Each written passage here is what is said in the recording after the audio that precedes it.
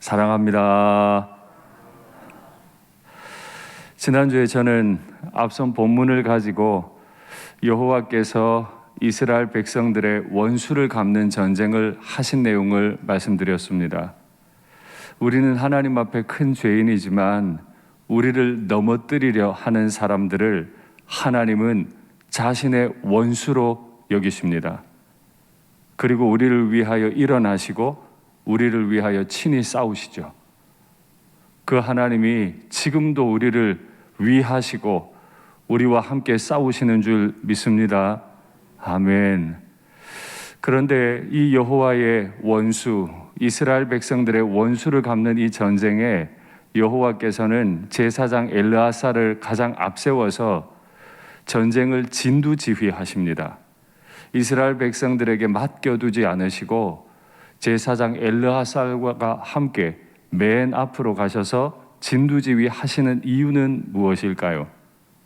이스라엘 백성들의 힘만으로도 이길 수 없겠거니와 또 한 가지 분명한 사실, 우리 마음 속에 있는 큰 죄성 때문에 우리는 전쟁을 이기고 나면 반드시 또 다른 유혹에 빠지기 때문이죠.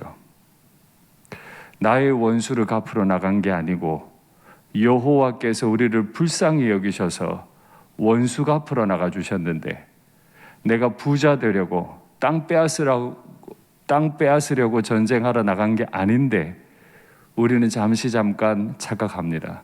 유혹에 빠져요. 현대교회도 마찬가지라고 말씀드렸죠. 현대교회가 가장 빠지기 쉬운 유혹은 뭐라고요? 열정이 있어요. 재정도 있어요. 그런데 자기가 하고 싶은 일을 자기 방식대로 자기 열정 가지고 다 해버리는 거예요. 그리고 주님께서 하셨다고 말하는 거죠. 이건 탐욕입니다. 그래서 우리는 주의 일을 하려 할 때 반드시 나를 위해, 이 죄인을 위해 십자가에서 못 박히신 주님 한번 바라보고 나를 점검하고 주의 일을 해야 하는 줄 믿습니다. 그렇지 않으면 내 속에 있는 욕심들, 내 속에 있는 상처를 따라 주의 일을 하게 되고 말아요. 그것은 주님 앞에 온전치 않잖아요. 그래서 주님께서는 가지고 온 탈취물들이 불에 타지 않겠거든 불을 지나게 하고, 불에 타는 것이겠거든 물을 지나게 해서 정결하게 한 후에 가지고 들어오라고 말씀하시죠. 이만큼 늘 하나님 앞에서 우리는 주의해야 할 사람인 줄 믿습니다.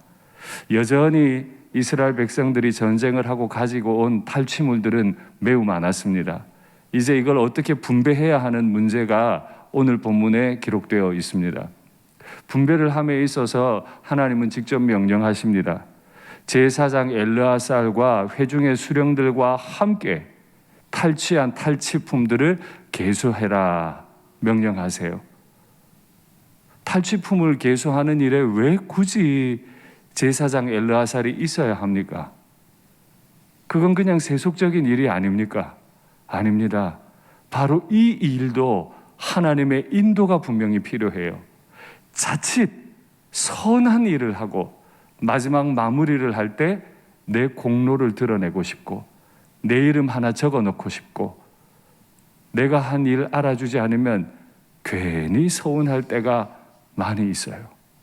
그래서 선한 일을 해놓고도 끝이 아름답지 않을 때가 많죠. 제사장이 그곳에 서서 하나님의 뜻을 받들고 전쟁하듯 전리품을 정확하게 나누기를 원하셨던 거죠. 하나님은 전리품을 어떻게 나누길 원하셨나요? 오늘 본문을 살피니까 반반씩 나누래요. 나누어서 전쟁에 나간 군인들에게 절반을 주고 회중들에게 절반을 주라. 너무한 거 아닙니까? 본문에 보니까 100만 명 중에 12,000명이 전쟁하러 나갔어요.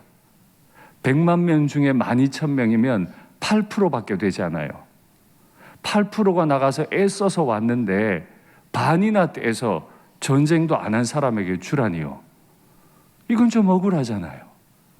전쟁에 나간 사람만 가지고 오면 되는 거 아니에요? 그러나 그렇지 않아요.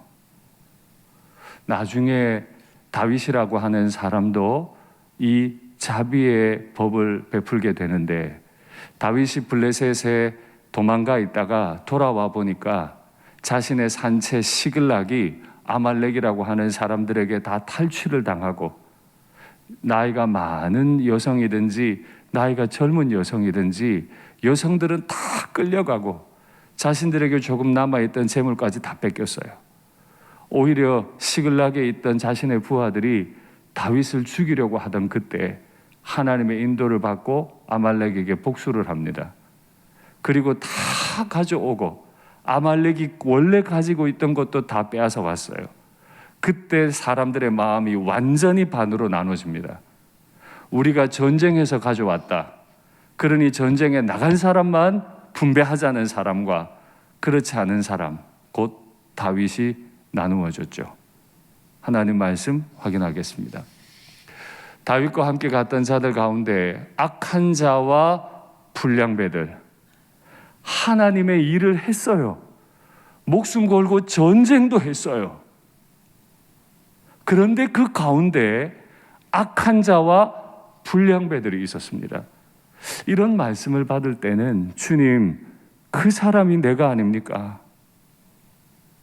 내가 주님 앞에 헌신했지만은, 목숨 걸고 전쟁했지만은, 혹시 내가 악한 자와 불량배는 아닙니까? 그들이 우리와 함께 가지 아니하였은즉 우리가 도로 찾은 물건은 무엇이든지 그들에게 주지 말고 각자의 처자만 데리고 떠나가게 하라. 다 하나님의 전쟁에 참여한 것 같아도 속내는 다 달라요. 나 하고 싶은 대로 해요. 내 거 뺏기는 거 싫은 거죠. 그래서 악한 자고, 그래서 불량배들이죠. 하나님의 교회 안에도 얼마든 이럴 수 있어요. 그때 다윗이 이르되, 나의 형제들아, 여호와께서 우리를 보호하시고 우리를 치러 온 그 군대를 우리 손에 넘기셨은즉. 반대편에 있었던 다윗의 인식은 뭐예요? 우리가 이 전쟁을 이길 수 있었던 건, 우리의 아내를 다시 찾아올 수 있었던 건 여호와께서 우리를 보호하셨기 때문이고 그 군대를 우리 손에 넘겨주셨기 때문인데, 그가 우리에게 주신 것을 너희가 함부로 이같이 못하리니 어떻게 해요? 남들 못 주겠다는 말 못한다는 거예요. 왜냐하면 네가 전쟁에서 가져온 게 아니고 하나님이 보호하셨고 하나님이 복수해 주신 거기 때문에 네가 한 거 아니야. 이 일에 누가 너희에게 듣겠느냐? 전쟁에 내려갔던 자의 분깃이나 소유물 곁에 머물렀던 자의 분깃이 동일할지니. 전쟁에 나갔던 사람들이 받는 보상이나 못 나가고 그냥 있었던 사람들이 받는 보상이 동일할 거다, 같이 분배할 것이니라 하고, 그날부터 다윗이 이것으로 이스라엘의 율례와 규례를 삼았더니 오늘까지 이르니라. 현대교회에 이 일을 적용한다면 이것이 얼마나 은혜가 될까요? 이 일을 많이 하고도 고백하기를, 내가 한 것 아니요 오직 하나님의 은혜로라. 내가 하여야 할 일을 한 것뿐이라 나는 무익한 종입니다. 진심으로 고백하는 사람만 있다면 우리 주님께서 마음이 얼마나 좋으실까요? 그러면 주님께서는 수고하고 헌신한 사람들을 알아주는 것을 기뻐하지 않으십니까? 아닙니다. 반을 떼줬잖아요. 하나님이 원수 갚아주셨고 하나님이 맨 앞에 서서 진두지휘하신 전쟁이었지만은 하나님을 따라갔다는 이유만으로 반이나 떼주셨잖아요. 그리고 하나님은 분명 일하는 자에게 보상 주기를 기뻐하시는 분이세요. 말씀 확인하시죠.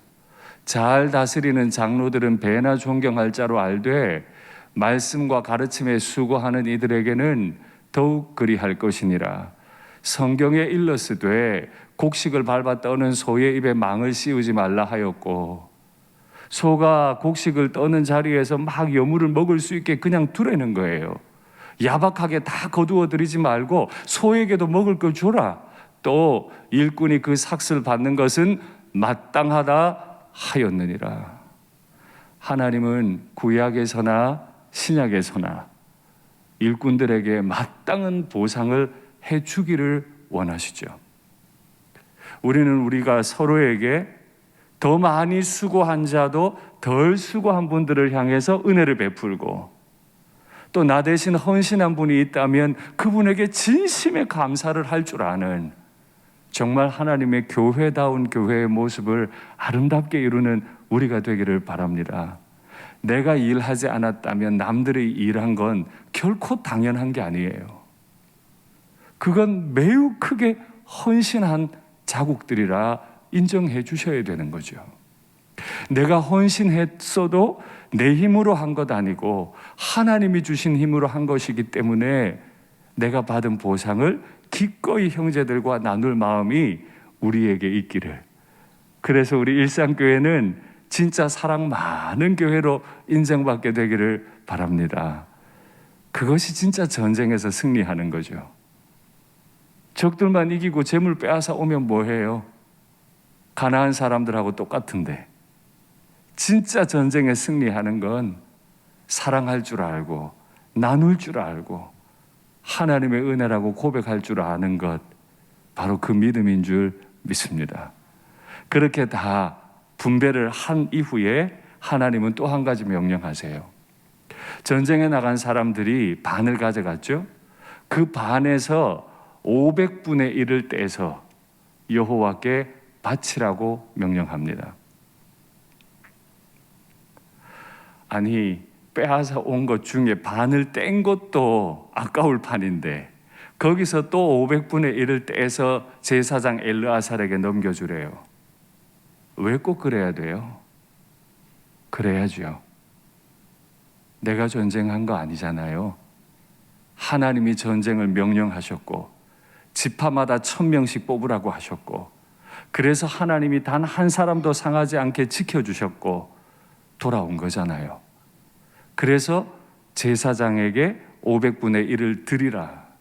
그러면 회중들은요 50분의 1이나 드리래요. 공짜로 받았기 때문일까요? 하나님은 설명하지 않습니다. 그러나 하나님은 회중들에게 50분의 1을 레위인들에게 주라 이야기합니다. 제사장들의 숫자보다 레위인들의 숫자는 훨씬 많습니다. 아마 그래서일까요?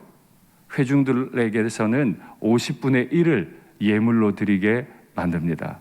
그러나 가만히 보세요. 제사장, 레위인, 이들은 누굽니까? 다 하나님의 성막을 섬기는 주의 종들이죠. 왜 그들에게 주려는 겁니까? 그들이 배불리 먹으라고요? 그런 의미가 아니고 하나님 앞에 온전히 드려 제물로 삼고 예배 공동체, 성전 중심 공동체를 만들기 원하시는, 어느 때에도 하나님의 관심은 바로 거기에 있는 거죠. 그러니까 말이 이렇습니다. 하나님께서 하나님의 원수를 다 갚아주십니다. 그러나 하나님께서는 하나님의 백성들이 예배 공동체를 만들기 원하시죠. 그렇지 않으면 우리는 또 다른 가나안의 문화를 하나 더 만들어갈 뿐이에요. 가나안 전쟁에 참여하게 되면 우리는 많은 사람들을 만나게 될 거고 그곳에서 참 많은 전리품들을 가져올 거예요. 자칫 하나님의 원수를 갚기 위해 하나님과 함께 하나님의 은혜로 전쟁해놓고 내 힘으로 이긴 것처럼 착각하고 전리품의 노예가 되는 수가 있는 거죠. 난 하나님의 일을 해놓고 전리품의 노예가 되지는 않습니까?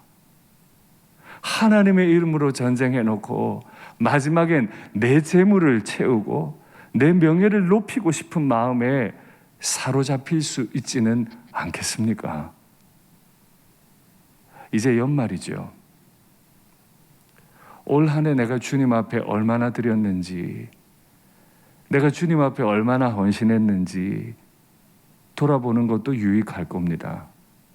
그러나 그것보다 더 유익한 건 이 모든 것이 하나님의 은혜였다고 진심으로 고백할 수 있는가?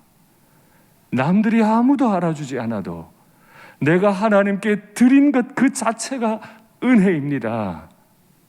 고백할 수 있겠나? 내가 생각한 것만큼 나에게 대우해 주지 않아도 그 유혹에 빠지지 않고 하나님께 드림이 기쁨이 되는 그 은혜가 우리에게 있기를 바랍니다. 이것이 가나안 전쟁에서 2번 패하지 않는 근거입니다. 이 미디안 전쟁 왜 시작했죠? 하나님께서 발람을 막으셨잖아요. 발람이 돈의 매수가 돼서 산꼭대기에 올라가서 이스라엘 백성들을 3번이나 저주하려고 했는데 전능자 하나님께서 이스라엘은 내 새끼는 감히 저주 못하게 하시려고 다 막아버리셨죠. 하나님이 막아주셨어요. 그런데 돌아가던 발람이 꾀를 내서 이스라엘의 남자들을 음행하도록 유혹해버렸죠. 하나님은 막아주셨는데 이스라엘이 유혹됐어요. 하나님이 미디안 전쟁에서 승리하게 해주셨는데 이스라엘이 또 미혹될 가능성이 있어요. 그게 뭐예요? 내가 싸웠습니다. 100만 명 중에 내가 나갔습니다. 내가 전쟁했습니다. 그러니 날 알아줘야 됩니다. 나한테 보상하셔야 됩니다. 아니요. 지난 주일에 들으셨죠? 제자도의 마지막 결론. 나는 무익한 종이라 내가 해야 할 일을 했을 뿐입니다. 이 고백이 저와 여러분의 입술에 진실되게 있기를 바랍니다.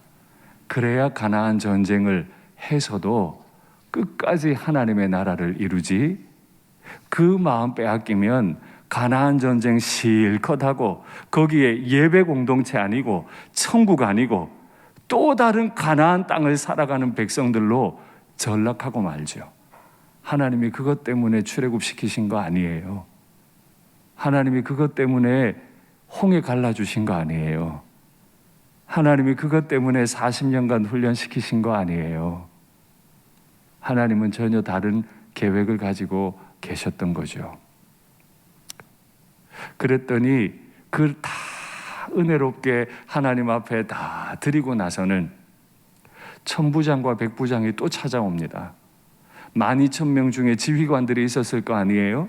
그 지휘관들이 와서는 모세에게 이렇게 말합니다.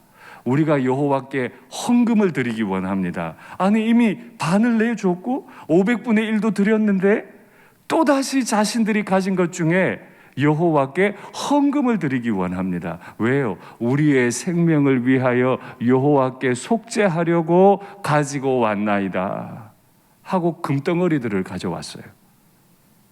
해 아래 보니까 16,000세겔이 넘어요. 어마어마한 양을 천부장과 백부장이 가져왔어요. 헌금으로 우리의 생명을 보존하기 위해 우리를 속죄하려고 가져왔습니다. 우리는 지난주에 말씀 확인했죠. 전쟁을 마치고 나면 내가 전리품 다 가지고 싶어요. 그 마음이 가득해요. 그래서 하나님은 불 가운데도 던져보라 그러고 물로도 다 씻어보라 그러고 너희는 7일간 격리돼 있어. 집에 빨리 가고 싶은데 집에 가지 못한 채로 7일간 격리되어 있으면서 3일째 몸 닦고 7일째 몸 닦고 자신이 가지고 있는 거 불에도 던져보고 물로도 씻어보고 무슨 생각했을까요? 전쟁의 그 흥분된 마음들 다 가라앉히고 난 정말 위대한 일을 한 것 같은데 내가 부정하다고? 내가 역사의 주인공인 것 같은데 내가 죄인이라고? 내가 목숨 걸고 가져온 건데 이게 부정한 것들이라고? 7일 동안 격리가 되어 있고 불을 지나고 물을 지났던 바로 그 사람들은 전쟁에 참여했으나 자신이 너무 많이 가져온 것으로 인해 다 죽이지 않은 것으로 인해 여자들을 32,000명이나 데려온 것으로 인해 자신이 어떤 죄인이었던 걸 깨닫고 지도자들이 먼저 하나님 앞에 와서 생명을 위해 살려주십시오. 우리가 죄인입니다. 그걸 헌금으로 올렸대요. 드리고 그래도 또 드리고 싶은 것이 은혜 받은 사람이죠. 진짜 은혜 받은 사람은 하나님 앞에 헌금이라고 하는 걸 드릴 때도 우리를 불쌍히 여겨주십시오. 이스라엘을 대표해서 여호와의 전쟁에 목숨 걸고 참여했더라도 여전히 내 속에 죄가 있음을 알기 때문에 날 불쌍히 여겨달라고 생명을 위하여 헌금을 낼 수 있는 사람들입니다. 이해가 가기 전에 여러분께 묻겠습니다. 하나님 앞에 예물 드리는 일에 인색한 적은 없으셨습니까? 내 직분 때문에 체면치레로 내신 건 없으십니까? 드리고 드려도 또 더 드리고 싶은 마음으로 하나님 앞에 드리셨습니까? 그들이 가져온 그 금을 보고는 모세가 너무 감동했죠. 그 금을 취해서 회막에 두어 이스라엘의 기념물로 삼았다. 여러분께 묻겠습니다. 우리 인생의 기념물 무엇이면 좋겠습니까? 100만 명 중에 내가 국가대표 돼서 12,000명 가운데 포함돼서 전쟁에 승전했어. 이것입니까? 아니면 이 죄인을 사용하셨어. 그것입니까? 내가 했어 라고 고백하고 싶으세요? 아니면 이 죄인을 주께서 살려주셨어. 이걸 기념물로 삼고 싶으세요? 예수님께서 나병 환자 시몬의 집에 들어가셔서 식사를 하고 계신데 한 여인이 들어왔죠. 들어오더니 갑자기 그 비싼 향유를 병을 깨트려 주님의 머리 위에 붓기 시작합니다. 많은 사람들이 동계산하기 시작해요. 저게 돈이 얼만데. 이 일의 마지막에 예수님께서 이렇게 말씀하십니다. 말씀하긴 하시죠. 내가 진실로 너희에게 이르노니 온 천하에 어디서든지 복음이 전파되는 곳에 예수 믿고 구원받으라. 정말 엄청난 복음이 전파되는 곳마다 이 여자가 행한 일도 말하여 그를 기억하리라 하시니라. 예수 복음이 전파되면 이 여자의 복음도 전파된다는 거예요. 예수 복음이 선포돼서 생명이 살아나면 이 여자처럼 살아라, 이 여자처럼 살아라. 우리가 예수 복음 받고 십자가를 통해 구원받고 천국을 살고 있다면 이 여인처럼 예수님의 머리에 내게 있는 가장 귀한 것을 부어 드려야 할 줄로 압니다. 또다시 질문하겠습니다. 여러분들에게 있는 가장 귀한 것은 무엇입니까? 자식을 둔 부모님이라면 자식일 수 있겠습니다. 빠듯한 생활이라면 재정일 수도 있겠습니다. 건강일 수도 있겠습니다. 그 가장 귀한 것을 드리고 또 드리고, 그거 없으면 큰일 나는 그 향유를 머리에 다 부어드리고, 우리 하나님 아버지께서는 이 죄인을 위해 당신의 독생하신 아들을 부어주시고, 그것이 교회잖아요. 그 주고받음이 있는 것이 교회죠. 우리 교회는 이런 기념들이 많이 있으면 좋겠습니다. 오늘 이 본문을 통해서 헌금이라는 게 도대체 뭘까? 여호와께 드림이라는 건 도대체 뭐고? 어떻게 해야 우리 인생이 가장 아름답게 기념될 수 있을까? 제가 한번 생각을 해봤습니다. 그래서 헌금이라고 하는 주제를 가지고 정리를 해보았는데 한번 확인하시죠. 헌금의 동기, 하나님이 우리의 인도자이심을 고백함. 헌금의 목적, 예배 공동체를 이 땅에 견고히 세움, 하나님이 인도해 나가셨다는 걸 고백하고 그래서 전쟁에서 이겼습니다. 헌금의 목적은요, 예배 공동체를 이 땅에 견고히 세움, 제사장 배불르라고 한 건 아니고 레위인들 배불리라고 한 거 아니고 체면치레 한 거 아니고 바로 이것 가지고 예배 공동체가 충실하게 세워질 수 있게 하는 것. 헌금을 드리는 태도는요, 드리고도 더 드리려는 자원하는 마음. 교회 생활하다 보면 예물 드릴 일이 많지요. 어떤 마음으로 드리시겠습니까? 우리의 날들 동안에 참 많이 헌금하는 시간들이 있을 텐데 한번 꼭 기억하시면 좋겠습니다. 내가 왜 헌금을 드리려 하는가? 난 어떤 태도로 헌금을 드리려고 하는가? 한번 잘 점검하시고 하나님 앞에 충실하시면 좋겠습니다. 하나님이 살아계시다면 이 진실된 마음으로 하나님 앞에 납작 엎드리는 마음으로 드린 그 예물을 못 알아보시겠습니까? 그 예배자를 못 알아보시겠습니까? 반드시 갚으실 줄 믿습니다. 우리 하나님이 어떤 분인데요, 미디안 남자들 다 죽이고 이스라엘 군대는 단 한 명도 죽지 않도록 보호하신 하나님이신데 우리가 주님 사랑하는 마음으로 한 일을 반드시 기억하실 줄 믿습니다. 발람의 일로부터 오늘 이 일까지 미디안 전쟁을 정리하면 내용은 이렇습니다. 한번 확인하시죠. 미디안 전쟁이 주는 교훈이 있는데 이건 미디안 전쟁의 교훈만이 아니라고 저는 생각해요. 왜 여리고 앞에서 이 교훈을 남기십니까?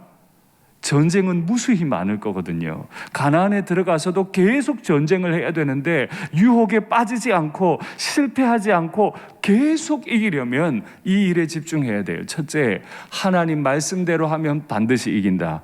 할렐루야.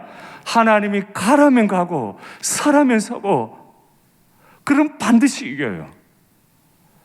내 앞에 어떤 가나안 백성이 있어도 그 수가 얼마나 많은지는 관계가 없어요. 하나님이 말씀하시는 대로만 하면 우리는 이길 줄 믿습니다. 하나님은 수고한 자들에게 반드시 보상 주세요. 잊지 않으세요. 우리가 아무리 작은 일을 했어도 하나님은 크게 기억하시는 분이신 줄 믿습니다. 세 번째, 나를 위한 보상. 하나님이 내게 많은 보상을 해주실 거예요. 그때 어떻게 하라고요? 움켜잡지 말고 나누세요. 또 나누세요. 자꾸 나누세요. 그러면 냉수 한 잔도 기억하시는 하나님이 주시고 또 주시고 또 주실 줄 믿습니다. 네 번째, 이기게 하신 하나님께 감사할 줄 알아야 한다. 우리가 전쟁에서 어떻게 이겼어요? 이기게 하신 하나님이 이기게 해주신 거예요. 그래서 우리는 속죄의 예물을 드려요. 내가 뭐라고 가져가려고 했나? 내가 이겼다고 했나? 아니라는 거예요. 그 이김의 순간에도 나는 속죄의 예물을 드려요. 우리의 공로는 없습니다. 그러면 싸우고 가난해지라는 말이에요? 교회 다니는 사람들은 다 가난해지라는 그런 뜻이에요? 아니요.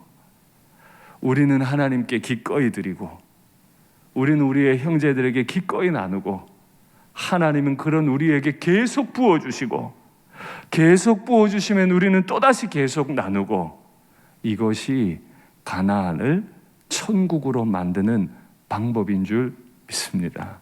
말씀을 맺겠습니다.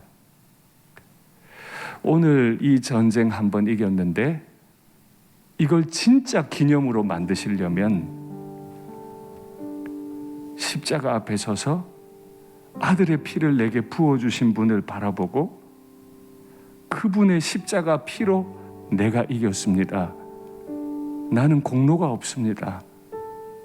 그저 하나님의 뒤를 따라왔습니다. 고백하고 하나님께 마음 담아 감사할 줄 알고 우리의 형제들에게 사랑을 담아서 나의 보상을 나눌 줄 아는 그런 사람 공동체가 되면 반드시 우리가 발을 딛는 땅마다 천국이 될 줄 믿습니다.